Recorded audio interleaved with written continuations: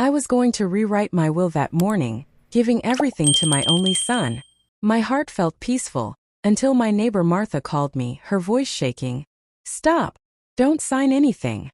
Come to my place right now. I didn't know that stepping into her living room would uncover a truth that could destroy my entire family. I am 81 years old, and at this age you begin to think differently about life, about the weight of your footsteps, about the legacy you leave behind. When I woke up that morning, the sun was soft on my curtains and the house was silent, almost too silent, the way it has been since my husband passed away 5 years ago. My son Ethan, the only child I ever held in my arms, had visited me last week. He stood in my kitchen, his hands trembling just a little, and told me that things were getting tough for him, that life had been unusually cruel, that debts were piling up. I watched him carefully, the way only mothers do. His shoulders slumped, his eyes exhausted, his voice trying to stay calm. And that night when he left, something inside my chest felt tight. An ache only age can teach you. So that morning I had made up my mind. I would change my will. I would give everything, my house, my savings, the little land my husband left, to my son. I didn't have long left anyway. I could feel it in the way my bones ached, in the way stairs felt steeper every day, in how quiet evenings grew heavy with memories. I thought I was doing the right thing. I thought I was finally being the mother Ethan needed me to be. I had even dressed up a little, put on my pale blue sweater and brushed my thinning hair gently, because I wanted to feel dignified for such an important decision. And then my phone rang. At first, I ignored it because I was searching for my reading glasses, muttering under my breath as I always did. But the phone kept ringing. Persistent. Loud. Almost urgent. When I finally picked up, I heard Martha's voice. My neighbor for 27 years, my friend. The woman who brings me soup when I'm sick and knocks on my door on stormy nights to make sure I'm all right. But this time her voice was trembling. Helen, she whispered. Stop whatever you're doing. Don't sign anything. Please just come to my place. Right now. I froze. A chill ran through me. Not because of her words, but because there was fear in her voice. Martha never sounded afraid. She was a retired school principal, strict-eyed and stubborn-hearted. Nothing ever shook her. For her to sound like that, something was terribly, terribly wrong. Martha, what are you talking about? I asked, gripping the edge of my table. Is everything all right? She breathed out sharply like she had been crying. Just come, don't trust anyone today. Not even your own blood. My heart stopped. My own blood? Did she mean Ethan? My boy? The child I raised with trembling hands and endless prayers? The boy who once cried into my chest because he was afraid of thunderstorms? The boy who held my hand at his father's funeral because he didn't want me to fall? I tried to steady myself, but something inside me cracked open. Martha, I whispered. Tell me what happened. But she only repeated, come to my house, Helen. Hurry. I hung up, my hands shaking. I stood there in the silence of my kitchen, feeling the world tilt just slightly. What could she possibly know? What was she hiding? And why did I suddenly feel like I was walking into a storm much bigger than the one I imagined? I grabbed my shawl, locked my door, and stepped outside, unaware that by the time I returned home, nothing in my life would ever be the same again. I walked across the street toward Martha's house, with each step feeling heavier than the last, as though something unseen was pulling at my ankles, slowing me down, warning me that the truth waiting for me might hurt more than the loneliness I was used to. The wind was cool against my face, brushing past my cheeks in a way that reminded me of winters long ago when my husband and I would sit on the porch sipping hot cocoa while Ethan played in the snow. But today the street felt different. It felt hollow, as if the world around me knew something I didn't. When Martha opened the door, her eyes were red and swollen as though she had cried for hours, and she pulled me inside quickly, shutting the door behind us like she was afraid someone was watching. Sit down, she said, guiding me toward the armchair near her fireplace. I sat, confused and trembling a little, my old bones protesting as I lowered myself into the seat. Martha, please tell me what's going on, I urged. She stood in front of me, wringing her hands in a way that made my stomach twist. Helen, I wasn't sure if I should tell you. I didn't want to hurt you, but I realized it would hurt you far more if I stayed silent. My breath caught. Tell me what? She walked to the coffee table, picked up her phone, hesitated, then handed it to me. I didn't mean to overhear anything, she whispered. But last night when you left your kitchen window open, and Ethan stepped outside to take a call, I heard everything. My heart thudded painfully. I looked at her phone, afraid of what I was about to hear. Helen, your son wasn't talking to a bank or a friend, she said, her voice breaking. He was talking to someone about you, about your house, about your will. For a moment I couldn't breathe. I walked across the street toward Martha's house with each step feeling heavier than the last, as though something unseen was pulling at my ankles, slowing me down, warning me that the truth waiting for me might hurt more than the loneliness I was used to. The wind was cool against my face, brushing past my cheeks in a way that reminded me of winters long ago when my husband and I would sit on the porch sipping hot cocoa while Ethan played in the snow. But today the street felt different. It felt hollow, as if the world around me knew something I didn't. When Martha opened the door, her eyes were red and swollen as though she had cried for hours, and she pulled me inside quickly, shutting the door behind us like she was afraid someone was watching. "Sit down," she said, guiding me toward the armchair near her fireplace. I sat, confused and trembling a little, my old bones protesting as I lowered myself into the seat. "Martha, please tell me what's going on," I urged. She stood in front of me, wringing her hands in a way that made my stomach twist. "Helen, I wasn't sure if I should tell you. I didn't want to hurt you, but I realized it would hurt you far more if I stayed silent." My breath caught. "Tell me what?" She walked to the coffee table, picked up her phone, hesitated, then handed it to me. "I didn't mean to overhear anything," she whispered. "But last night when you left your kitchen window open, and Ethan stepped outside to take a call, I heard everything." My heart thudded painfully. I looked at her phone, afraid of what I was about to hear. "Helen, your son wasn't talking to a bank or a friend," she said, her voice breaking. "He was talking to someone about you, about your house, about your will." For a moment I couldn't breathe. My fingers trembled as Martha pressed play. I heard Ethan's voice, the same soft tone he used when he was 12 and asked me if monsters were real, but now it felt colder, flatter, like a stranger had borrowed his voice. Yeah, she's old," he said on the recording, sounding impatient. "She'll sign anything I put in front of her. The doctor said she's getting forgetful anyway. Once the will is changed, the house is mine. We can sell it fast and get the cash before she even realizes what happened." I felt the world crash inward. My vision blurred, my chest tightened, my hands went cold. No, that couldn't be my Ethan. My boy wouldn't talk about me like that. He wouldn't plan something so cruel. Tears pooled in my eyes as the recording continued. "I don't care," his voice snapped. "She's had her life. I need the money now. By the time she figures anything out, if she even does, it'll be too late." Martha stopped the recording because I had begun shaking violently. My shawl slipped from my shoulders. My breath broke into uneven gasps. No, this must be a mistake," I whispered, clutching the sides of the chair. "He was just stressed. Maybe he didn't mean it." Martha knelt beside me, her hand warm on my arm. "Helen, I know this hurts, but I heard the whole call. He wasn't confused. He wasn't desperate. He was planning." My tears fell freely, dripping onto my hands. I felt like a knife had been driven slowly into my chest, twisting with every breath. I had spent my whole life loving Ethan, forgiving him, praying for him, believing he would never abandon me or hurt me. And yet here I was in my neighbor's living room, listening to my only child plan to take everything I had, while speaking about me like I was nothing more than an obstacle in his path. I covered my face, letting out a soft, broken sound I hadn't heard from myself since my husband died. Why would he do this?" I whispered. Martha squeezed my hand. "Because he thinks you're alone. Because he thinks no one will protect you." Her voice trembled. "But I will not let him hurt you, Helen. Not while I'm alive." I looked up at her, my vision foggy with tears, my heart aching so deeply I feared it might stop. "What do I do now?" I whispered. She took a deep breath, her expression firming with the kind of strength I had always admired in her. "You do nothing today," she said. "You do not confront him. You do not change your will. You come stay with me tonight.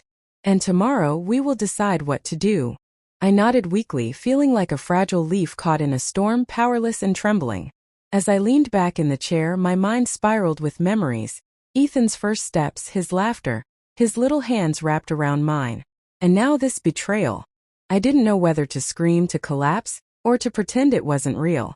But one thing I knew for certain, my life had changed forever the moment Martha picked up that phone. Martha insisted I stay with her that night, but I told her I needed a moment to breathe, to steady my shaking heart before stepping away from my own house. She walked me halfway across the yard, holding my arm like I was something fragile, and maybe I was because I felt like if she let go, I might collapse onto the grass and cry until dawn. When I stepped back into my home, the quiet pressed against my chest like a weight. I closed the door gently, almost afraid the house itself might shatter under the truth I had learned. I stood in the hallway, staring at the family photos lining the wall. Ethan at 5, missing his 2 front teeth. Ethan at 11, proudly holding his baseball trophy. Ethan at 18, standing tall in his graduation gown with his father's arm around him. I reached out and touched one of the frames, my fingers trembling. Where did I go wrong? I whispered to the empty hallway. The silence didn't answer. I moved to the kitchen, sat at the table where Ethan had stood last week, where he had looked me in the eyes and told me he was struggling, where I had believed every word because a mother's heart always believes first and breaks later. I remembered the way he squeezed my hand, the way he said, "Mom, you're all I have." I thought he meant emotionally. Now I realized he meant financially. A cold shiver crawled up my spine. I buried my face in my hands and tried to breathe, but each breath felt jagged, scraping against my ribs. I didn't know what hurt more, the betrayal or the realization that I had almost handed him everything without a second thought.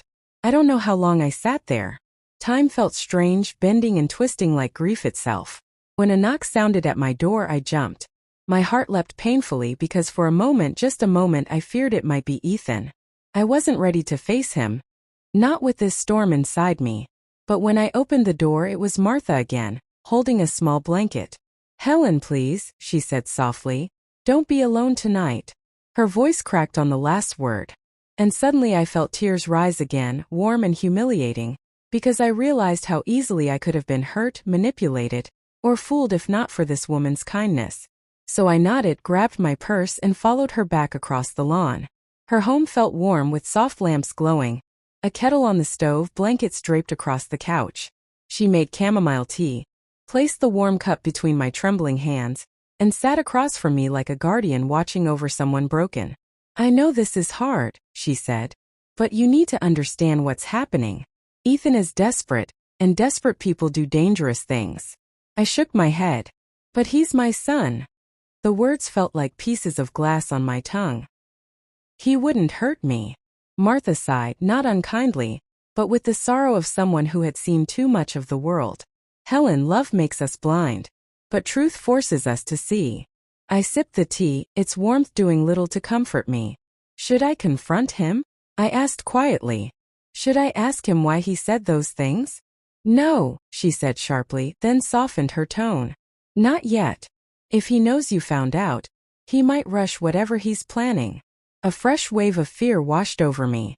"What do you think he's planning?" She hesitated, choosing her words carefully.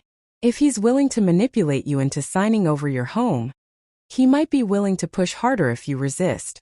And you live alone, Helen." My breath caught. The room felt smaller suddenly. I placed my cup down because my hands had begun to shake again. You think he might try to hurt me?" Saying the words felt unreal. Impossible. That was my baby. My flesh. My life's purpose. Martha didn't answer immediately. And that silence was louder than any truth she could have spoken. I felt my heart split open. "Tomorrow," she said gently, "we'll speak to a lawyer. We'll make sure you're protected. You will not change your will. We'll also talk to someone, maybe the police if we need to." I stared at her, my eyes burning. "Police? For my son." "For your safety," she corrected. I felt dizzy. Lost. Like the floor beneath me had vanished and I was free falling into a darkness I didn't know how to escape.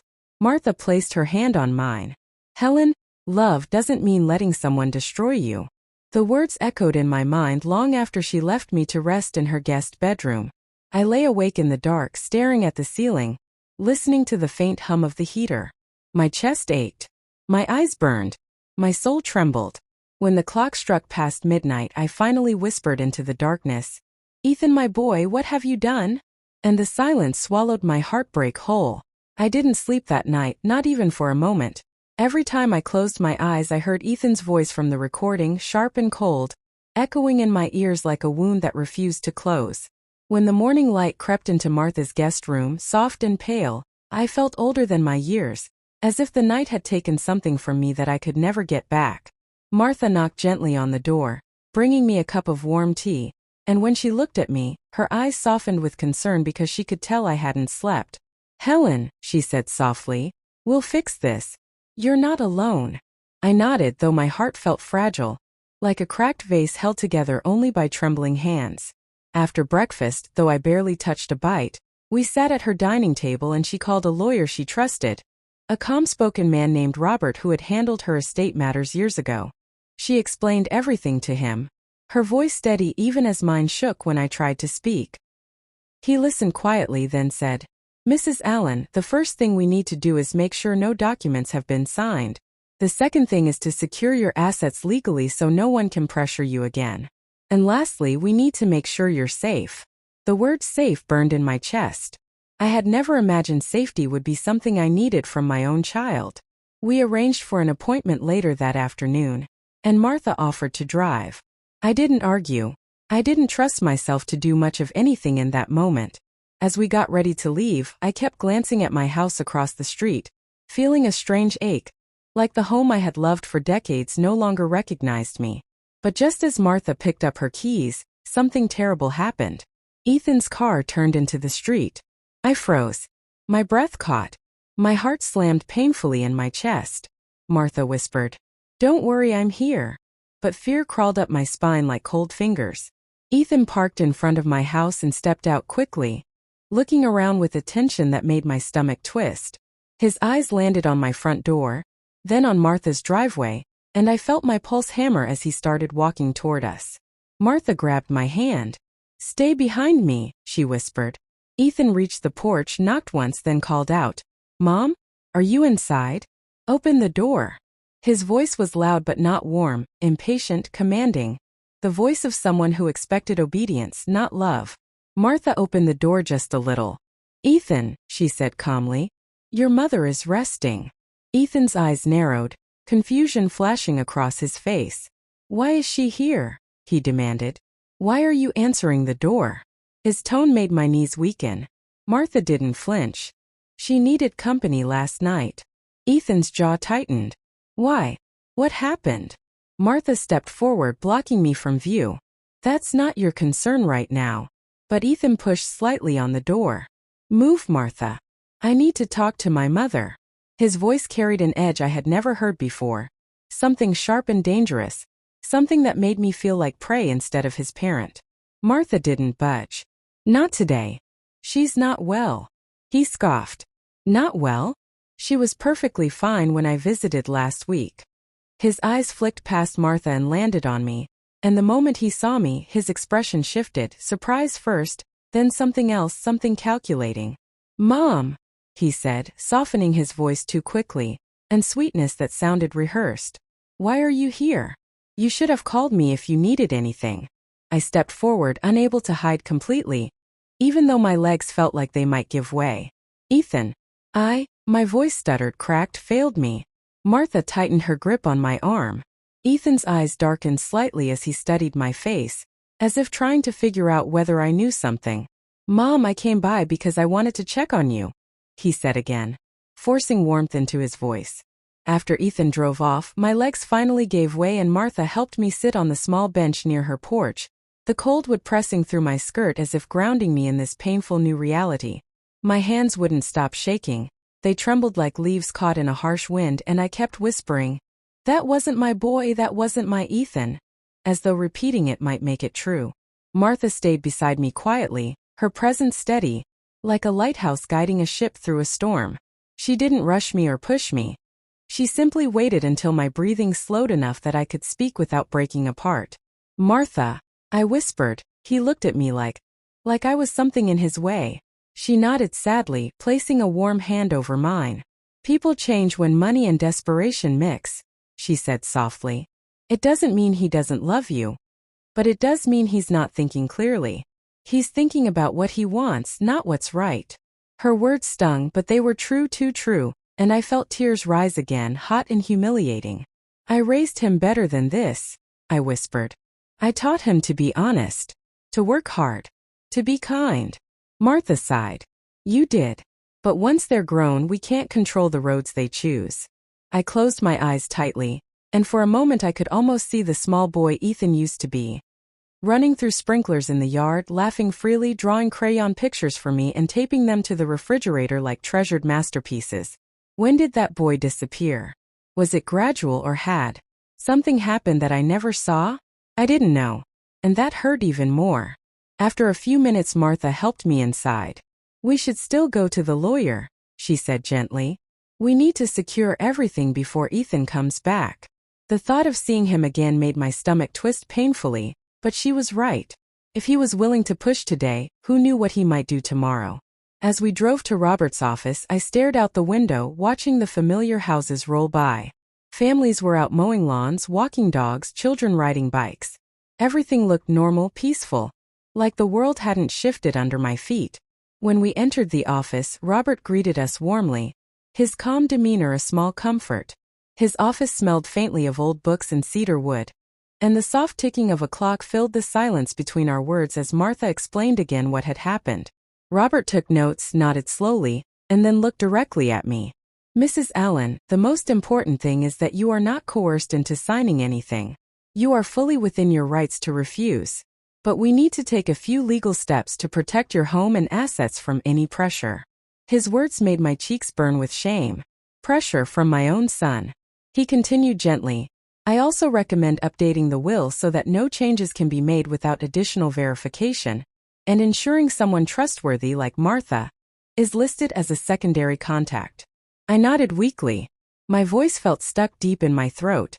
Robert printed out documents for me to review, and though the words blurred a little, I signed where he pointed, my hands trembling so much the pen scratched uneven strokes. This gives you protection, he said. Your son cannot alter your estate unless you choose it freely, with proper counsel. I whispered, thank you, though my voice cracked halfway. As we got up to leave, Robert paused. Mrs. Allen, do you have somewhere safe to stay for the next few days? My heart tightened. You think Ethan will come back angry? It's very possible, he said gently. Sometimes people act rashly when they're afraid of losing what they wanted. I swallowed hard. Before I could answer, Martha spoke. She's staying with me. That simple sentence, spoken with such certainty, felt like a blanket wrapped around my shivering soul. As we left the office, the afternoon sun felt too bright, almost mocking. I leaned on Martha's arm as we walked to the car, my body exhausted from fear and heartbreak. When we got back to the neighborhood, my heart lurched painfully. Ethan's car was parked in my driveway again. He was sitting on the porch steps, elbows on his knees, head hanging down. Martha slowed the car, her jaw tightening. Helen, you don't have to talk to him. But I shook my head. He's still my son. Even if he broke me, even if he scared me, even if I no longer recognized him. I stepped out of the car slowly, my legs unsteady. Ethan stood up the moment he saw me, his eyes red, his expression unreadable. Mom, he said, walking toward me. We need to talk. Alone. His voice wasn't angry now, it was calmer. But somehow that made it even more frightening. Martha stayed right beside me. Ethan glared at her. Can I please talk to my mother without you hovering like a guard dog? She didn't move. Neither did I. My hands were shaking again. My breath was shallow. Ethan looked at me, hurt flickering in his eyes. Mom, why are you acting like you're afraid of me? His voice quivered. Do you think I'd ever hurt you? The question hit me like a punch. Because deep down I didn't know the answer anymore. And the truth of that broke something inside me I didn't know could break. I stood there in front of Ethan, my heart beating so hard it felt like it might tear through my chest. And the sadness in his eyes should have softened me the way it always had when he was younger. But something in my soul had shifted, something fragile and irreplaceable. I could no longer pretend I didn't see the truth. Martha stayed beside me like a shield, and Ethan's gaze kept flicking between us, frustration tightening his jaw. Mom, he said again, stepping closer. Tell me what's going on. Why are you acting like I'm some stranger? I opened my mouth, but only a trembling breath came out. How could I tell him? How could I look my own child in the eye and say, because you scared me? Because I heard you say things no mother should ever hear from her son. Ethan rubbed his face with both hands, pacing a few steps like he was battling something inside himself. If this is about the will, he said suddenly. Mom, I was just trying to make things easier for you. I wasn't trying to force you. You misunderstood. His voice cracked just slightly, but I didn't know if it was real or another performance, and that uncertainty cut deeper than any lie could. For decades, I had trusted him blindly. Now I couldn't even trust the tremble in his voice. Ethan, I whispered, finally finding my voice though it wavered like an old window in the wind. Why did you come today? Why were you so aggressive? He froze, his eyes searching mine, and I saw panic flash through them. Panic I had never seen in him before. Mom, I wasn't aggressive. You're remembering it wrong. That denial, small but sharp, made my chest tighten painfully. It was the same tone people use when they want you to doubt yourself. Martha stepped forward. Ethan, she's not confused, she said sternly. We were both here. We both saw how you acted. Ethan glared at her. You're blowing things out of proportion. Then he turned to me again, his expression softer. Mom, I'm your son. You know me. You know I'd never do anything to hurt you. The words were gentle, but there was a weight behind them, a pressure that curled around my heart like a cold hand. I wanted to believe him, God knows I wanted to, but the memory of his voice in that recording, sharp and irritated, still echoed in my mind. Just get her to sign it, I don't care how. The boy I raised would never have said those words, but the man standing in front of me had. Ethan walked a little closer, lowering his voice to a pleading whisper. Mom, are you staying with Martha now? Why? Because of me. I looked at him, tears trembling in my eyes. I just need some time, I said softly. His shoulders tensed. Time for what? To decide whether you trust your own son. The pain in his voice twisted my insides. I felt like I was drowning in guilt and fear all at once. Martha shifted her stance, placing a hand lightly on my back. Ethan noticed and his eyes hardened. So that's it, he said bitterly. Martha is turning you against me. I closed my eyes, my heart cracking open. No, I whispered. You did that yourself. The words left my lips before I could stop them. Ethan blinked, stunned, as if I had slapped him. His mouth opened but no sound came out. For a moment, a brief, heartbreaking moment, he looked like the little boy who used to run to me when he scraped his knee. But that boy was gone. Mom, he finally said, voice trembling. I can't believe you'd think I'd ever try to hurt you or take advantage of you. I'm your son. I swallowed hard. I know who you are, I whispered. And that's why it hurts. Tears filled Ethan's eyes, but instead of softening, they turned into anger. You know what? He snapped, wiping his face harshly. Fine. If you want to stay with Martha, stay. If you want to believe her over me, go ahead. Ethan. He cut me off, stepping back. Do whatever you want. I was only trying to help. That word, help, landed like ice in my stomach. Then he turned, walked to his car, slammed the door, and drove off so fast the tire screeched against the pavement. I stood there frozen, watching the dust rise behind him, feeling like I had just lost something I could never get back. Something that had taken me a lifetime to build. Martha wrapped her arm around me, stabilizing me as my knees weakened. Helen, she whispered softly, let him go. You need to protect your heart now. But how could I? How does a mother protect her heart from her own child? As we walked back toward her house, my eyes drifted to my own home across the street, the windows dark and silent, and a painful whisper escaped my lips, one I never imagined I would ever say. I don't know if I can ever go back there again. I sat there on Margaret's couch, my hands trembling around the warm cup of tea she placed in front of me, and even though I tried to hide the shaking, she noticed it right away. Eleanor, she said softly, you're terrified of something. Terrified enough to almost sign your life away. Her words pierced me deeper than I expected, and I felt my throat tighten. For a long moment I couldn't speak. I just stared at the steam rising from the cup, wishing I could disappear into it. Finally I whispered, he's my only son, Margaret. I don't know what else to do. She sat beside me, took a deep breath, and said something no one had ever dared say out loud to me. Being your only child doesn't give him the right to hurt you. I flinched. The truth always stings when you've spent years pretending not to see it. I told her everything. How Andrew controlled my money, how he scolded me for buying groceries, how he spoke to me as though I were a burden instead of the mother who raised him. I admitted how ashamed I felt even thinking those words, because mothers don't want to believe their children can be cruel. I told her about the fear that had grown quietly inside me. A fear so subtle I thought it was just aging, but it wasn't. It was him. His tone. His impatience. The way he had started telling me what to do, what to sign, what to own, as if my life was already over. When I finished talking, I felt strangely lighter, as though speaking the truth had loosened a knot inside my chest that had been there for years. Margaret didn't interrupt me once. When I stopped, she held my hand and said, "You're not weak. You're overwhelmed. And you're not alone, even though you feel like you are." Then she stood up, walked to her desk drawer, took out a folder and placed it in front of me. "This," she said, "is why I called you." My heart skipped a beat as I opened it. Inside were photographs, documents, and a letter, written by her husband before he passed away. A letter talking about how he almost rewrote his own will under pressure from a relative who pretended to take care of him. "He almost signed everything away," she said, her voice breaking. "We caught it just in time. People prey on elders when they're tired, when they're grieving, when they're lonely." Tears blurred my vision, because suddenly I wasn't just hearing her story. I was seeing my own reflection in it. And for the first time since Andrew mentioned the will, I felt anger rising in me, not the kind that explodes but the kind that awakens. The kind that whispers, "You deserve better."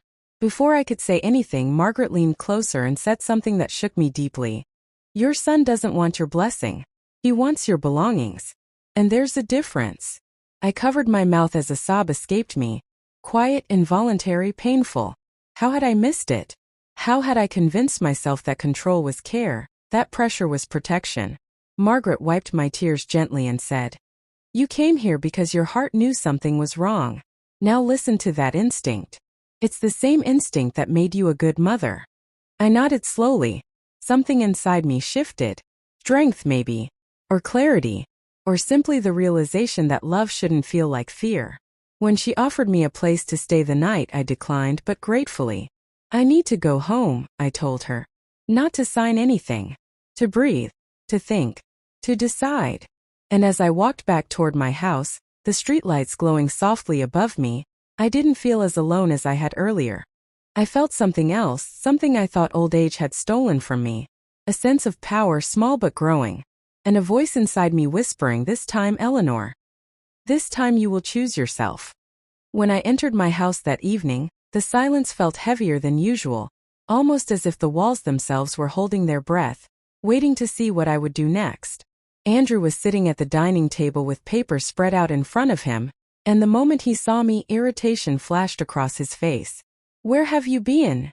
he demanded, as though I were a teenager breaking curfew instead of his 74-year-old mother. I didn't answer right away. Instead, I took off my coat slowly, hung it neatly, and walked to the table with a calmness that shocked even me. He pushed the papers toward me, tapping aggressively at the line where he wanted my signature. "Mom, we talked about this. The lawyer said it's better if everything is transferred now. It's just practical. Just sign it." His voice had that forceful tone again, the one that made me feel small. But tonight something inside me refused to shrink. I looked him straight in the eyes, really looked. And for the first time I saw not a caring son but a man desperate for control, for ownership, for certainty that everything I had built would belong to him. Suddenly Margaret's words echoed in my mind. "He doesn't want your blessing. He wants your belongings." I sat down slowly, folding my hands together so he wouldn't see them shake, and said, quietly, "No." The word hung in the air like a stone thrown into still water, sending ripples through the room. Andrew blinked, confusion twisting into anger. "What do you mean, no?" I took a deep breath. "I'm not signing anything today. Or tomorrow. Or anytime soon." His jaw clenched. He raised his voice. He tried to guilt me, shame me, remind me of all he had done for me, even though most of those things were nothing more than basic duties dressed up as favors. But I didn't bend. Not this time.